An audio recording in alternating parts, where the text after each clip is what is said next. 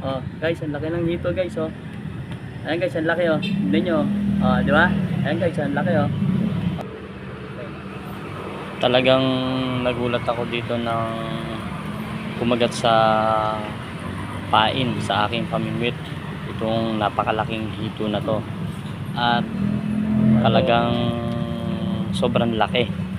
Nagtataka lang ako dahil itong hito na to parang buntis din siya. Siguro buntis nga dahil malaki yung kanyang tiyan, at maingat din ako dahil yung hawak-hawak ko sa kanyang leeg merong ano yan, yung tibo, may tibo yan. Ayun, kaya guys, sa mga hindi pa nakakaalam kung ano yung delikado dyan sa hito, yung kanyang nasa leeg ng kaliwat kanan, yung parang sa tenga niya, yan ang tibo. Tumutuli siyang kapag yan ay nasusukol o nahuhuli. Talagang umuuna at lumalapat ang kanyang tibo, dalawa, matalas yan. At kapag ikaw ay natusok niyan ay siguradong lalagnatin ka, lalo na kung mahina ang iyong resistensya. Ako ay natibo rin ako niyan, kaya medyo naiingat ako.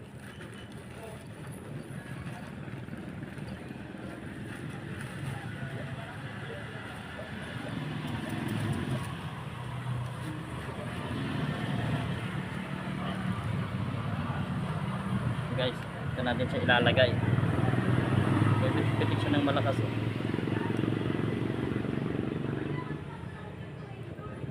Grabe ito, ang laki. Ha? Diba guys, oh? Ulam na, di ba? Oh. Natin siya ilalagay.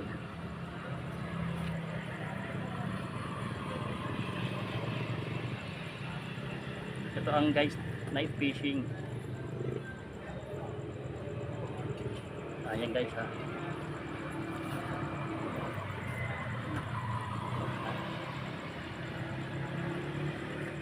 Ayan, ayan. Ano tayo guys ng ano.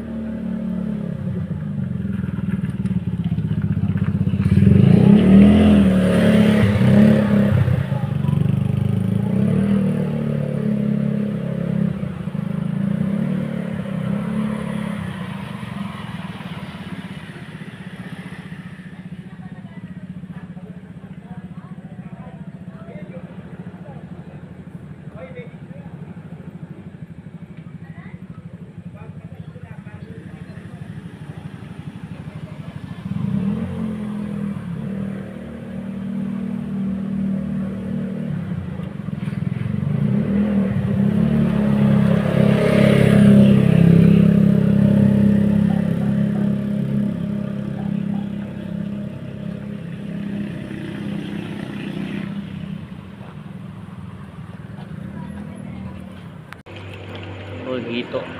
4 na hito. Ayan. Malaki na.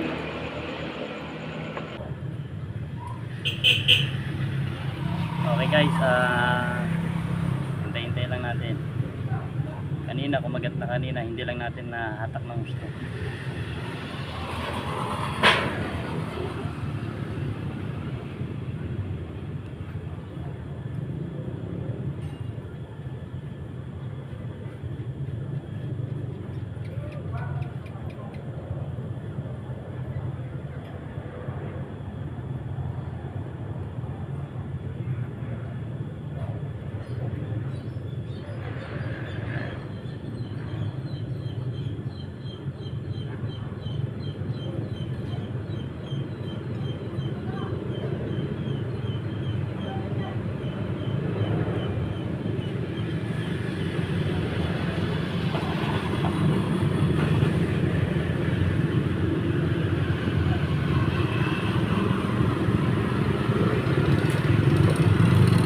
Ang nangyayari kasi dito, pag gumagalaw na yung ating pamimig dito, medyo nilalaro pa ng hito. Ayan na guys, so tignan nyo, kita, di ba? Mabilis niyang gumalaw yung ating pamimig dito at malakas ang pagkakagalaw dahil nilalaro ng hito yung ating mga pain. Hindi natin basta-basta agad anihin yan kapag hindi pa sure tayo na nasa bibig niya na yung kawil. Kaya kailangan natin tiyempohan natin yan para talagang huli yan. Kaya pag masdan ninyo lang yan guys, talagang masisinop natin, mahuhuli natin yan, yung hito na yan. Kaya tiyempo lang tayo dyan. Medyo maiinip ka nga lang, pero sure naman yan na huli talaga yan kaagad. Mahuhuli natin yan. Tinitiyempohan ko lang na maigi yan. Kaya panoorin nyo lang yan guys, napakalaki ng hito talaga na mahuhuli natin. Makikita nyo na sobrang laki talaga at napaka sarap sa pakiramdam kapag nakahuli ka ng hito na napakalaki. Sobra talaga. Ito yung pinaka malaking nahuli ko. Ayun guys, ganyan, basta nyo lang yan. Talagang napakalaki. Ito yung sobrang laki na nahuli ko. Kaya tuwan-tuwa ako dito dahil nga napakaraming huli na nahuli kong hito. Ayan, dahanan lang natin. Medyo pumipiglas yung hito na ating mahuhuli at nilalaro niya kasi yan, kaya kailangan yung hatak natin dyan ay yung talagang natatangay niya na yung ating pamingwit dahil dun pa lang magalaw na siya. Talagang malaman mo talaga na huli na itong hito na ito na ating inaabangan. Kaya panoorin ko lang yan guys. Pagmasdan lang natin ang mabuti guys yung aking pamingwit. Ayan, nakalatag na yan sa tubig. Mamaya makikita nyo yan guys na hahatakin na lang ng malakas yan dahil yung ating mahuhuli ay hito na napakalaki talaga. Sobrang laki ng hito guys. Biglang magugulat na lang ako dyan na hahatakin ng malakas yan. Kaya hindi ko muna hahatakin. Pag isang hatak pa ulit at nakapangalawang galaw na yan, doon ko hahatakin yan para yung kanyang kawil o sima ay mapasok agad sa kanyang bibig para mahuli natin itong isdang ito na napakalaking hito. Pagmasdan ninyong mabuti guys, yung aking pamingwit ay gagalaw ng mabilis yan.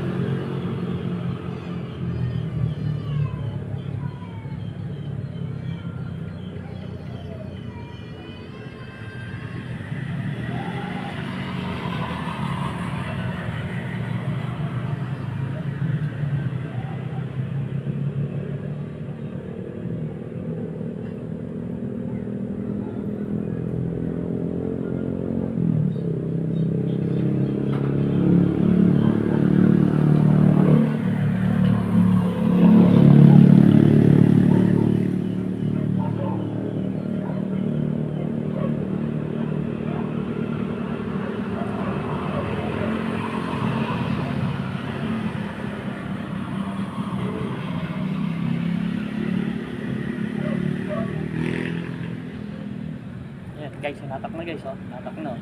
Ayan.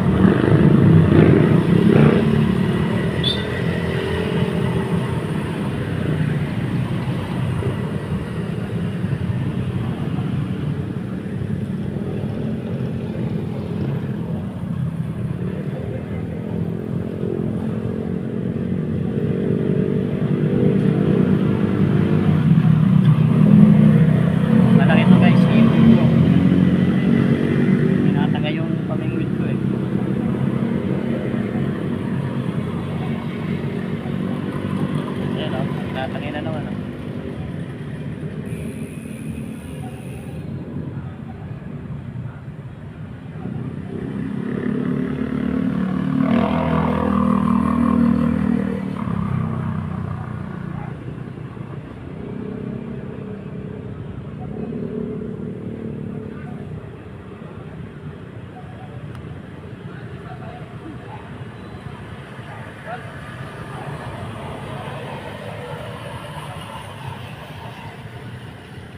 Guys, natangay na naman. Ayan, tignan nyo, mga galaw guys. Ayan, oh. Huli na yan. Isa pa.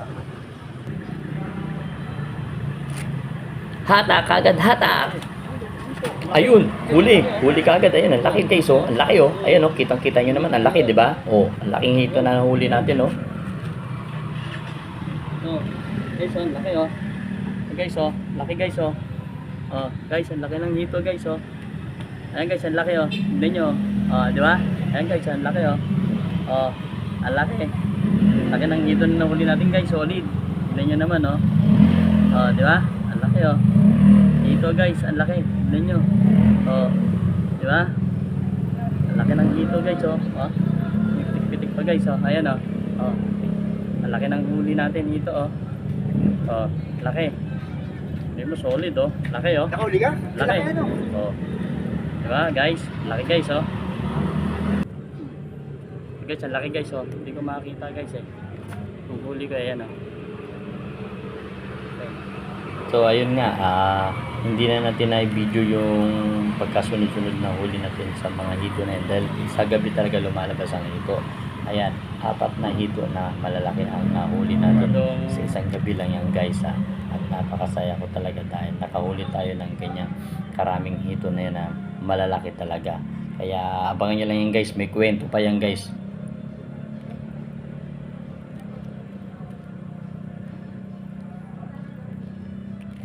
Ayun, guys, ang laki, oh. Oh, di ba? Guys, tignan nyo naman, laki, oh. Tigaan din natin dito siya kumapit sa ano, sa maliit na ano. Diba? Ayan, ang solid, ang laki, oh. Oh, buntis pa yata to, guys. Ayan, oh. Parang buntis pa siya.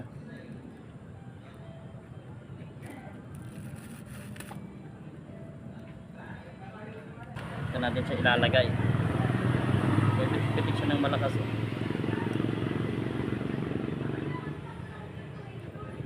Grabe, ito ang laki. Diba? Diba, guys, oh. Ulam na, diba?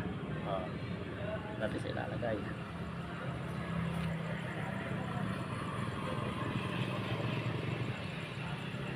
Ito ang, guys, night fishing. Ayan, guys, ha.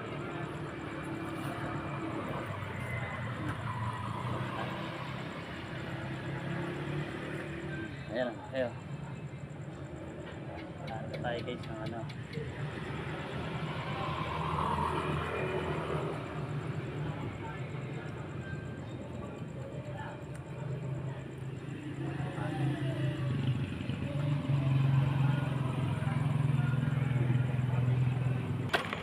Ayun guys, ito yung nahuli natin. Oh, hito. 4 na hito. Ayan. Malaki na.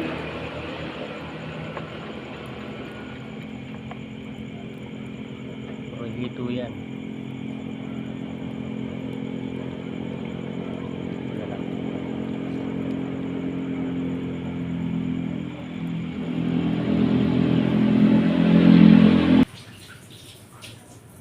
Ayun guys, nandito na yung ating mga nahuli na hito. Alam nyo guys, meron lang kakaiba na nangyari o naganap na hindi natin inaasahan.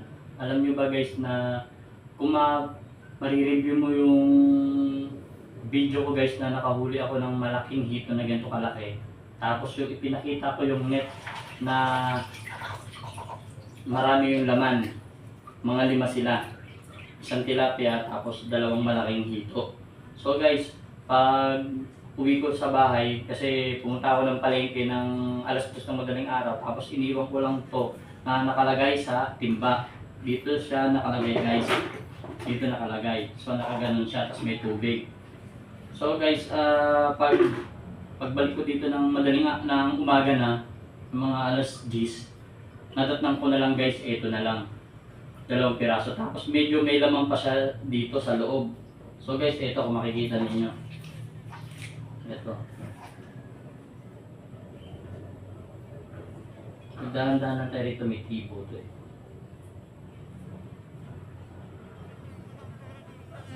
Ayan, napaka ano naman ang buhol na ito guys, kung matatanggal o makakatakas yung 2 hito na nahuli ko na malaki. So ito guys, biruin nyo, yung kanyang ulo, yung ulo niya, naging ganito na lang, ayan o, ngat-ngat. Pero ang pinagtatakahan ko guys, itong net na to, hindi naman nasira, ayan o. Yun naman, hindi sila makatakas o, hindi siya nasira. Kasi guys, ang iniisip ko, baka kinain ng aso. Kasi yung aso namin, gutom na gutom yung aso namin. So, kung inat-net to ng aso, dapat sira to. Di ba? Dapat sira tong net na to. Punit-punit to. At saka dapat nandito yun sa sahig. Pero guys, may mga butil-butil na nakita ko na ganito, na pira-piraso, na durog-durog. Tapos, medyo meron din parang yung ano niya rito, yung tibo niya na maliliit. Meron dito nakasabog dito, maliliit lang. So, kung inat-inat niya ng pagganito, paano lalabas dito? O so madudurog ng madudurog, gano'n. Kaya nagtataka talaga ako guys. Kaya ganito na lang yung hito na nakikita ninyo. 2 piraso na lang ng hito. Pinalabas ng 2 piraso na lang. So ito, 2 piraso na lang. Ayan. So guys, ayan yan. No?